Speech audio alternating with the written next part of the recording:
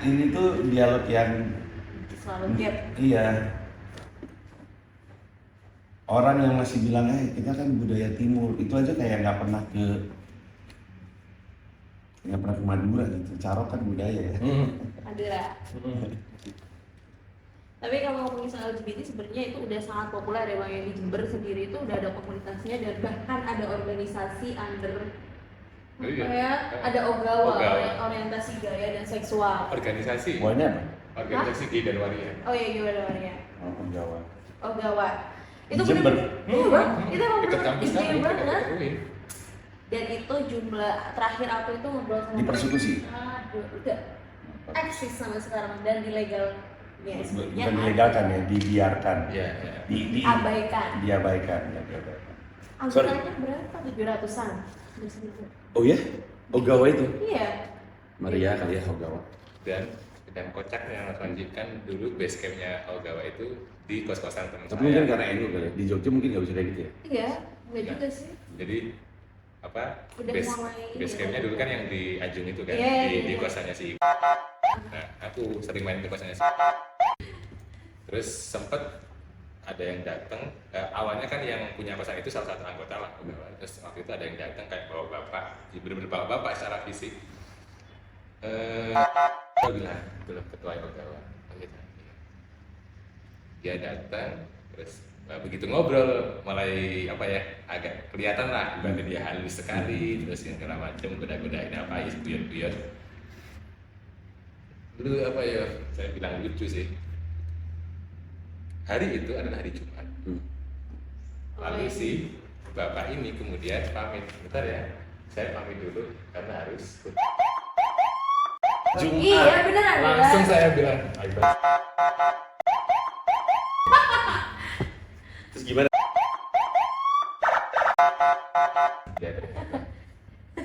Emang banyak Ketuanya. kayak gitu. Maksudnya dia Si ketua ini ya? Iya. Di masjid. Jadi kayak kita pun, aku pun nggak bisa membedakan ini sebenarnya nggak bisa menilai orang dari Gak apa-apa. karakter. Ya. Kalau bercanda aja. Terus Ya kan kita nggak bisa ya menjudge orang yang sebenarnya yang benar-benar reflektif banget saat kondisi itu. Ternyata banyak juga dari pejabat, kepala sekolah. Aku sempat wawancara kan Iya. sama mereka gue juga bilang di video gue di sekitar lu tuh banyak sebenarnya. banyak banget. Iya. Bahkan mahasiswa UIN juga banyak. Saya ada teman pesantren Mas Panji dari SMP yang mana dulu di tempat saya MTS kan, ada tetangga ya. Ini anak, iya sebenarnya udah kayak kelihatan apa ya, apa lagi masa SMP lah. Cuma kan teman-teman itu udah mulai ngebully dia. Cuman ya dia dibuat bercandaan aja lah kayak gitu. Sampai ada di momen dia di situ setelah SMP lanjut SMA juga di yang sama. Dan beda sekolah saya, saya negeri, dia yang SMA-nya. Karena kan di saya itu ada beberapa lembaga menengah atas. Di SMA saya cuman ya saya masih berkawan baik sampai akhirnya lulus. Enggak lah, 2 tahunan paling 2 tahunan setelah lulus tiba-tiba ada salah satu teman angkatan saya yang ngirimin foto perempuan pakai hijab dengan make up. Bilang, ingat ini nggak siapa? Nah dia kok kayak familiar, tapi siapa yo? Dia bilang gitu karena kan kebetulan saya waktu SMA OSIS jadi cukup banyak lah kenal perempuan. Karena kalau di pesantren biasanya kalau nggak OSIS atau ikut organisasi jarang tuh kenal laki perempuan. Siapa yang familiar? Masa kayak gini? Ingat nggak? Itulah sih.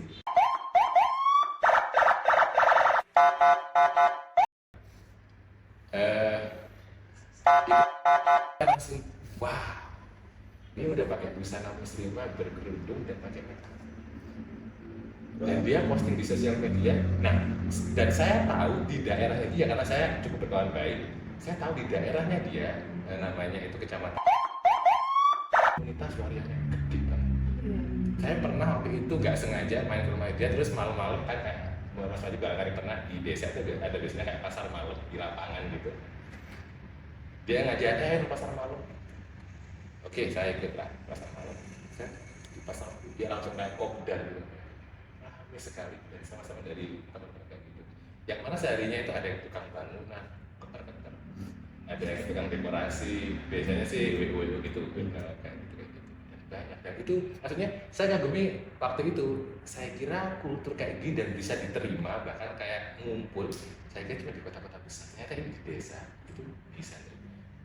Malah di salah satu temannya saya ini, ketika saya ke rumahnya itu ada trofi 4 atau 5 piala kompetisi waria gitu. Ada yang fashion show, ada yang Berprestasi. jadi kayak prestasi didukung dia paling oleh keluarganya. Jadi sebenarnya kita udah nggak awam dengan hal-hal kayak gitu, cuma kita apatis aja selama di daerah yang Atau lebih tepatnya gini, gue juga, ya mungkin lo tahu ya kan,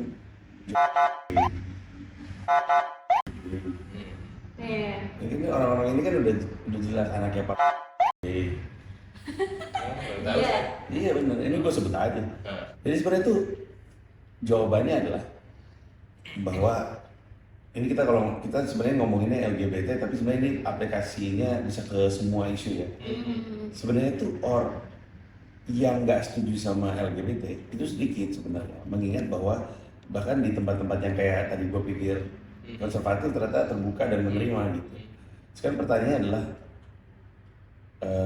kenapa berisik gitu ya, gitu berisik ya, karena itu aktivisme itu sama juga dengan LGBT-nya sendiri, sebenarnya sedikit tapi teriakannya keras untuk membela mereka, sebagaimana orang yang anti walaupun sedikit sama-sama keras. Jadi sebenarnya argumennya itu adalah yang di tengah itu tebal, Iya paham.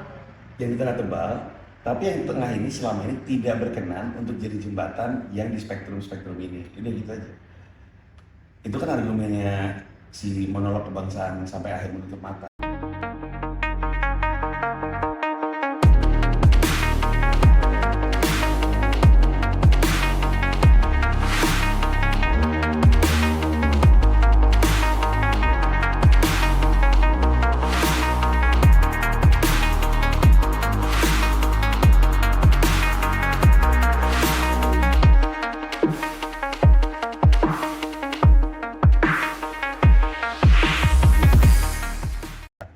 Untuk setiap individu menyediakan dirinya jadi jembatan perbedaan.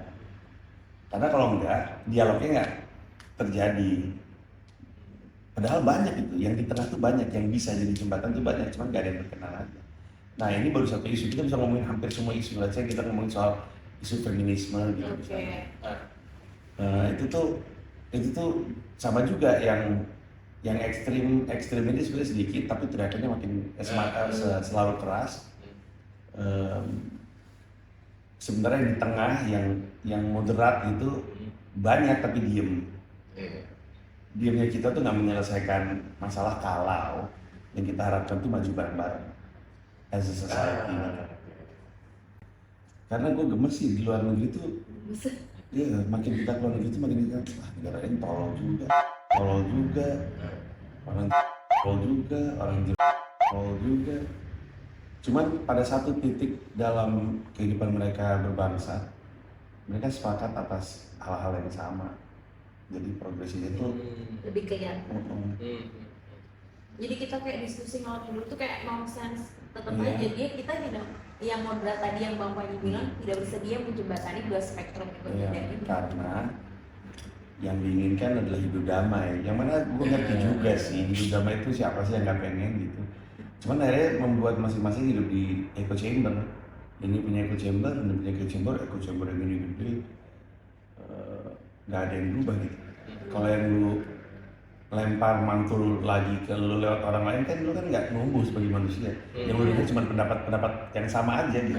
sebagaimana yang kayak bilang bagus-bagus kok itu. Iya itu ya. Baru kita ini udah direkam sih tadi udah. Udah. Luar biasa loh. Ini udah bermanfaat. Ah ya,